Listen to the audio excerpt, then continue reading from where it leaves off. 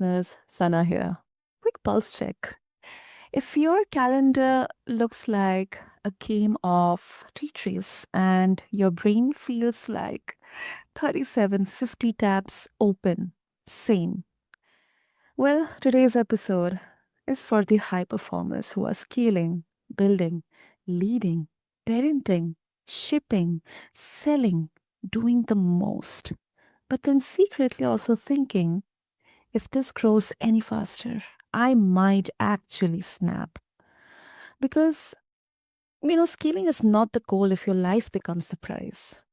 And let's address the elephant in the room, listeners, AI. I mean, everyone's yelling about it. Half the internet, I think not even half, almost everywhere, the entire internet is acting like ChatGPT, Claude, Perplexity, whatnot is either your savior or your downfall. Meanwhile, you're just trying to get through Monday without eating lunch at 5 p.m. So, today we are doing something different here. We're talking about scaling without sacrifices, systems that actually reduce load, mindset that keeps you sane, self care that isn't just a bubble bath energy, and how to use AI like a practical assistant, not a shiny distraction. And listeners, let me tell you, my guest is the opposite of boring. He's a media savvy performer turned system thinker, a guy who's built and sold a real agency, coached thousands of top performers, and his story is wild. A childhood actor by day, hospital rooms by night with a mom who endured 64 surgeries. And that contrast built a perspective he now teaches with humor, with humanity, with receipts. All right, so listeners, let's get into it and let's welcome our guest, Drew Thompson. Drew, welcome to BizBlend. It's really, so exciting having you here with us. Sana, thank you for having me on today. And what a wonderful introduction. Thank you. Thank you so much for your words, Drew. Okay, let's begin understanding the real cost of scaling, because that particular sentence, I mean, credit to my editor, but it really touched myself, like, from within. And when people say they want to scale, we generally hear more revenue. But then um, we also hear that, I'm willing to tolerate more chaos. Bring it on. Just bring it on. I'm there to Mhm. face it. So, what's the most common way ambitious professionals accidentally build a bigger cage for themselves while scaling? Yeah, too often you hear that if I work harder, I'm going to get more. If I just put in more hours, I mean, myself, I wrestle with this. I have 3 kids under the age of 5. And I mean, we just got a Oh, puppy. And wow. there are only so many hours in a day, Santa. So oftentimes we think that we have to just fit more into the day. While yes, I do agree we should be able to fit more in, but that should not come at the expense of our health, at the expense of our life, expense of our relationships. I just gave a talk in Mexico a couple months ago, and the entire premise of the talk is the view from the stage is meaningless if your front row is empty. If there's Mhm. no one in that front row, and here's what I mean by that, if there's no one in that front row that you're doing this for, the person that is there, the family, the spouse, the friends, the husband or wife, your kids, if they're not in the front row and you're not putting them above all of this work and this stress, then why are you doing it? What's great with tools like artificial intelligence, and I'm sure we'll get into this deeper, but when you use things like Google's Gemini Pro or their DeepThink, which is a paid product from Google, I now have access to the world's smartest person that knows every textbook, every video, and can think and connect dots in ways I could never think or connect dots. So now I can work smarter. I can get Mm. the work of 7 people done in the same amount of time it takes me to get one thing done. It's about using your minutes in a much more efficient way. Absolutely. And I also think that, it's also about your priorities. I mean, um there can be so many different thoughts and opinions around, especially when it comes to use of AI. Like I have had so many conversations where someone would say that we should be very intentional in terms of using AI, not use it as a crutch. But then some would say that it really helps me reduce so many number of hours and get the work done efficiently with the minimum time. And that is something ideally that every entrepreneur or founder, even a small or a medium business owner, would want.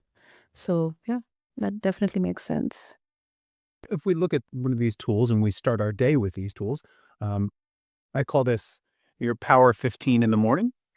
Okay. The first 15 minutes every day when I wake up, um, I do, well, this is after I do my meditation and get ready for the day.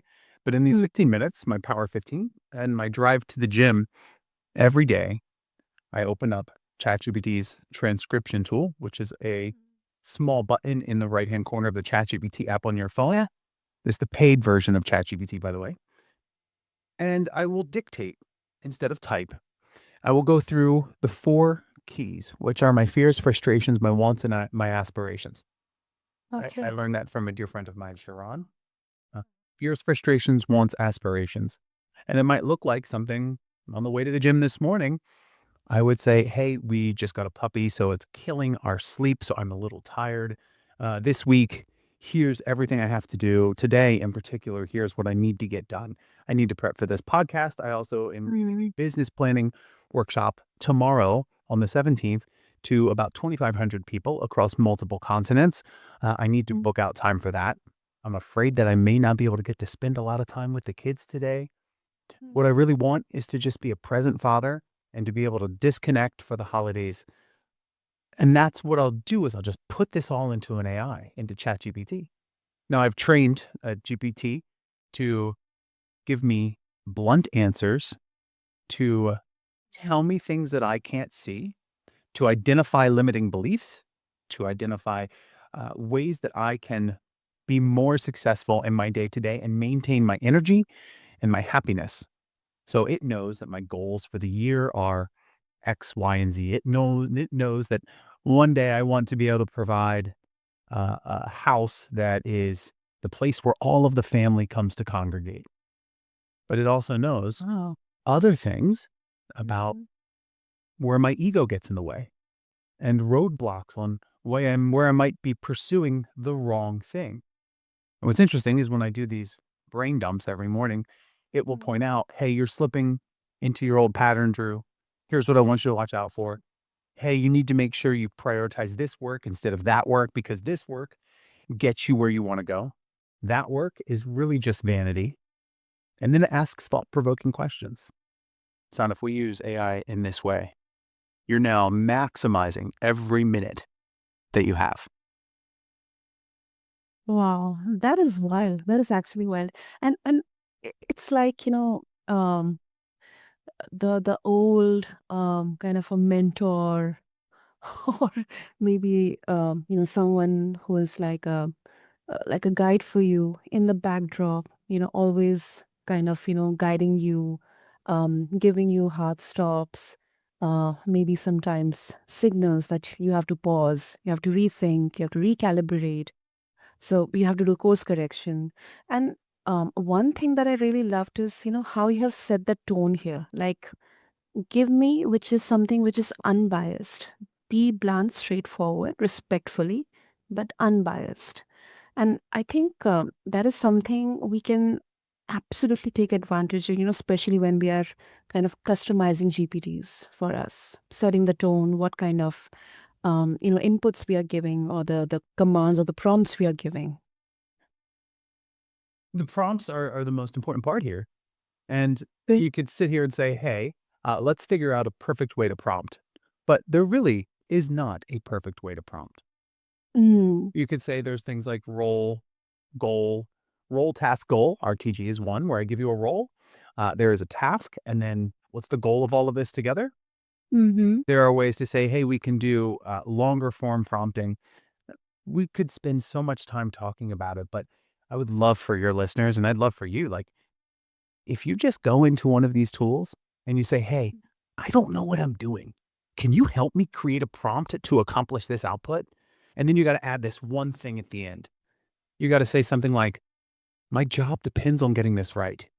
My In essence, you're saying my life depends on this. You're setting the stakes. And in doing so, the AI understands the gravity of its output. It understands what it has to give back to you. And it's going to be more specific. It's going to reduce its hallucinations, but it's Mm. going to give you whatever you need. I think you do that to create a prompt. Yep. Yep. That makes sense. And shifting on to something, very, I think, especially for, ambitious professionals or entrepreneurs, I think sometimes it's very, it's such a challenging thing to identify or realize that, we are now slipping into something which is called a full burnout situation. Um, so, and I mean, multiple times there have been conversations, but still, somehow, I don't know whether it's our brain or the limiting beliefs or the old patterns that kind of give us the signal that no, if you pause, if you stop, this is going to harm your career, it's going to be detrimental, so no need to pause. It's just a phase and it will go on, it will go away. Maybe you can just take a 1 day break or a weekend break, go have a vacation out, and then everything will be fine. But then I think it's very important to first understand, what are actually the early warning signs here. So, Drew, let me ask you, like, what are these early warning signs? Like small symptoms that, like, generally people ignore until it's a full burnout situation. When I think about my work, when I think about my career, the burnout is a very real thing. Um, Earlier in my career, I was working at a venture capital firm where Okay. we were doing really, really cool things. We were building companies that could disrupt traditional legacy companies in professional services in the heart of New York City. We'd be in the office 7:30 in the morning. We'd leave the office by 8 o'clock p.m. and I'd walk home. And this would be Monday through Saturday. And Mm. while we're doing great things, you learn, the key signs that I watch for in burnout. Am I still doing activities that light my soul on fire? That's a basic one. That's a given one, right? But when we now unpack it a step further, when I'm doing the activities, is it still giving me life, or being, am I still disconnected? Am I still disconnected from what I'm doing? For instance, I have a degree in jazz percussion. Jazz percussion was one of my first loves. Uh, Wow. it gets to a point where I would be playing an instrument, drums, but my mind would still be in my inbox. My mind would still be at work. Mm. So it's things like that. That is a Yeah. major red flag. What's interesting is that at this day and age, had I went through another burnout session or to get Mm. close to burnout, I would put it into AI. I put it into ChatGPT, and I would just say, "Here's everything I'm going through. I don't know what's happening. Can you please help me figure out what I need to do to either step back or lean in?" I'll give you another example. I um, Last week had finished 2 keynotes, and the next day I was just exhausted. And I was like, "Oh, I can't focus. I can't get any work done." I'm like, "What's happening? What's going on with me right now?" So, usually I'll do a thing where I get up, I do 25 jumping jacks, 25 seal jacks, and 20 push-ups to kind of get my heart rate going so that I can get more in the zone, if you will, for work. And that didn't work. And so I took a walk around the block with my dog and I said to ChatGPT, "I don't know what's happening. Why am Mm. I so tired? Why do I lack focus?" And it held a mirror up in front of me and it said, "Let's look at this honestly. In the last 24 hours, you've done this, this, and this. Your body is going through a burnout session. Your mind is exhausted. Have compassion for yourself instead of pushing harder." And then it suggested, "Why don't you try this guided breathing? Why don't you try closing your eyes for 20 minutes?" And I did. And I got up and I gave myself the grace that I needed and showed myself compassion to work on another project that wasn't everything that I had planned for the day, right? So the day's plans went out the window, but I used ChatGPT as a form of co-regulation of myself to understand why my mind was making the decisions it was. And at the end of the day, there was nothing wrong with me. It was the fact that I just revved my engine very hard for 24 hours. And now my mind said, hey, stop. I would have never caught that signal, and I would have continued down the spiral of self-judgment, and self-loathing, for lack of better words, had I not had Mhm. something like a tool, an AI tool. And I think that is so fascinating that, they say our society and the world, less than 10% of our population is using generative AI. Yeah. Can you imagine from a mental health perspective? I'm not advocating not Mhm. seeing a therapist. I'm not advocating this being your only mental health tool. But could you imagine if people knew how to use something like ChatGPT to help them figure out their own cognitive distortions, to help them know what's going on in my body? Why can't I focus on this? And then all of a sudden, an AI comes in and says, well, that's because you had waffles with bacon and sugar for breakfast, and you're going through a massive sugar crash right now. I can see it in Mm. your biometric data. Take a second. Here's what you need to do. So it's like introducing self-love almost in the age of robotics. Mm.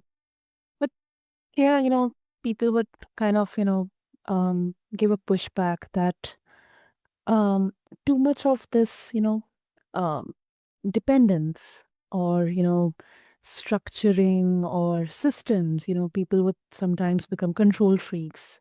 Like so much of optimization, so much of, each and every minute optimized to the max efficiency that, they would lose their sanity or creativity or speed.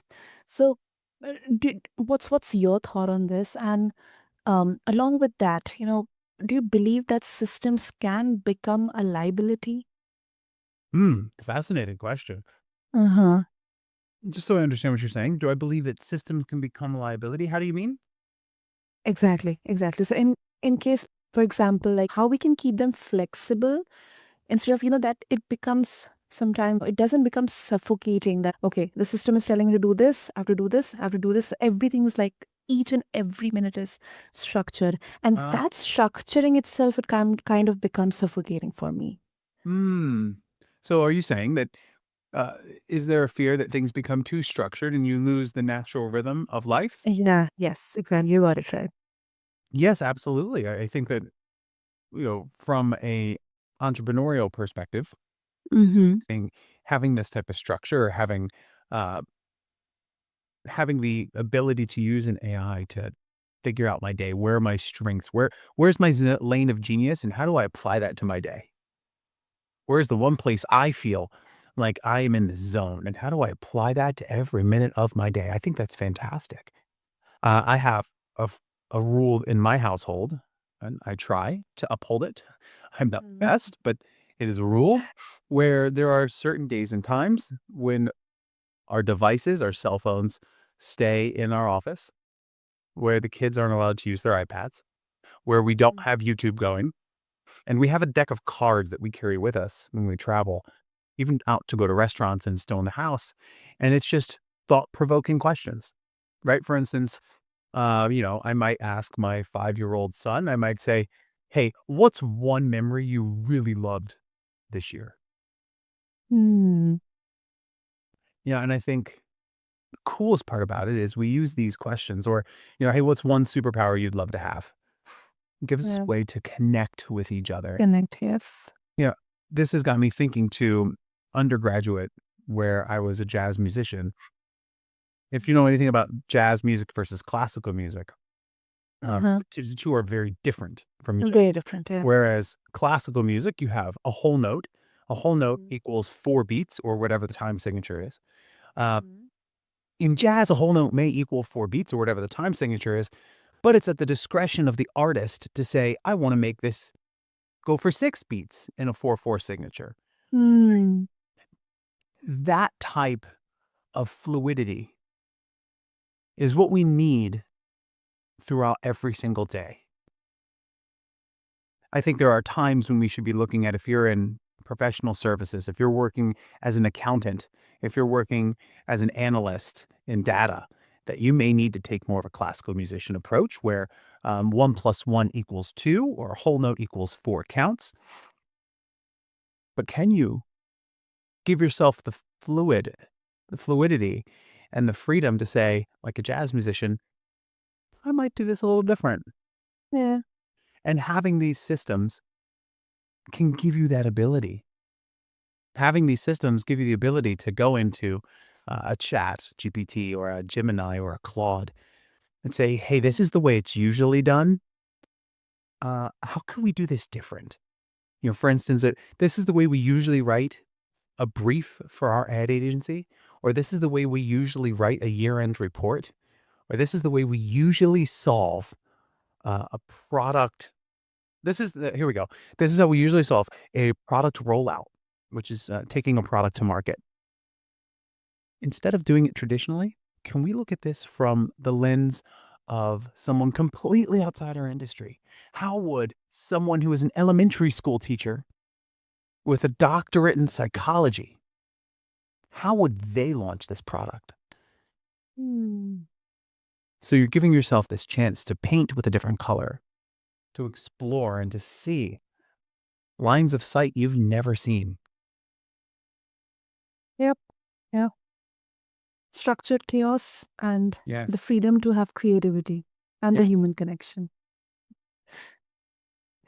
And I really loved how you kind of created this parallel between the fluidity when it comes to systems or processes and jazz, because there are so many ways from where we can seek inspiration, whether it's parenting or music or art, nature. So I really loved how you framed it. I mean, there's so many inspirations, right? That Yeah. you don't have to take one structured path forward. There are endless paths. And the ability to see the world and then to tell an AI what you see. Well, now anything that enters your eyes or your senses, you can now create any imagination, anything that comes in your imagination, anything that is an imaginative thought about what could be, it can be now through these tools. The people who I believe will really succeed in the next decade, the next 12 months, the ones that say, I have an idea. I wonder if it could come to life. I'm stuck right now working a job for a corporation, and I've always wanted to come up with an idea of how I can efficiently spend more time walking dogs because that's what I love to do. I Definitely. wonder how would I do it better? How could I create a scenario where I'm the only one in my market that is a dog walker that does X, Y, or Z? I'm the only one. Well, now you can. You sit with something like Gemini or ChatGPT and just say, hey, here's my idea. As a matter of fact, I have an entire prompt structure that walks you Mm. through putting in your business idea. And then it tells you if it's a good idea. It tells you who the audience could be, how to market to them. Well, if that's the case, now I have the idea. The idea goes out into the world because I'm going to create this dog walking app. I'm going to use Replit. I'm going to vibe code an app that I can then put out to market. This was not possible last year. And this is right now, Sana, the craziest part is everything we're doing with AI. It is the dumbest AI you will ever see in your lifetime. Oh, it will become more and more smarter. Uh huh. Mm. Which is absolutely bonkers to think of. Exactly. Exactly. It's kind of the sci-fi concept that every kid would think in childhood. Yeah, it's like we're living in a movie. Yeah, we are. We are.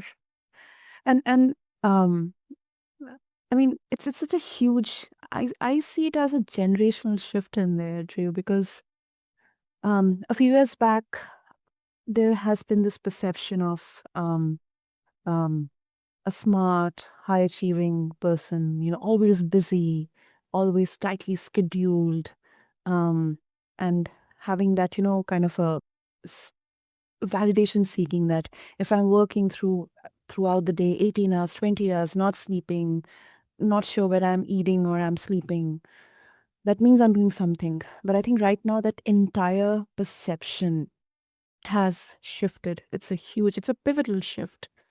And I think tech has a huge role in that shift. I do too. It's you can do so much more now. You can do so much more with the tools that are available. Yeah. It'll change your life. It'll change the lives of those people that you care about around you. I would play with these tools. That's how you get used to them. That's how you learn what they're fully capable of. Can I use ChatGPT or can I use Higgsfield.ai to create something? Can I use it to take a picture of me and my late mother, who passed away a while ago, and animate a video of us at Christmas with my kids? Yes, I can do that. Mm. It's just absolutely amazing everything that you can do. Yeah. Amazing, amazing. So, Drew, as we come close to the conclusion here, finally, if listeners they would want to connect with you, and of course, if they would like to share their thoughts about this conversation, what would be the easiest way? Yes, the easiest way to connect with me is just find me on Instagram. I'm just at the Drew Thompson. That's the Drew Thompson, my first and last name. I'm fast to respond there. And probably the best way across all the other socials and YouTube, it's just the Drew Thompson. Brilliant, listeners. There you go. I'll have all the links in the show notes, and here's what I'm taking from this. Scaling without sacrifice is it's not vibes.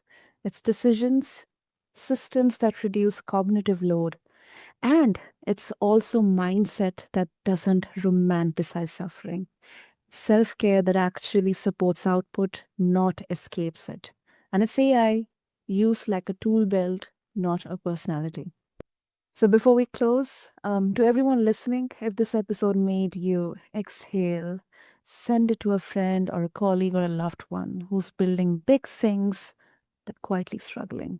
And if you want more like this, follow BizBlend, drop a review, and tell me what topic you would want next. Until next time, build smart, stay human, and please eat lunch like a functioning adult. This is your host, Sana, signing off. Thank you.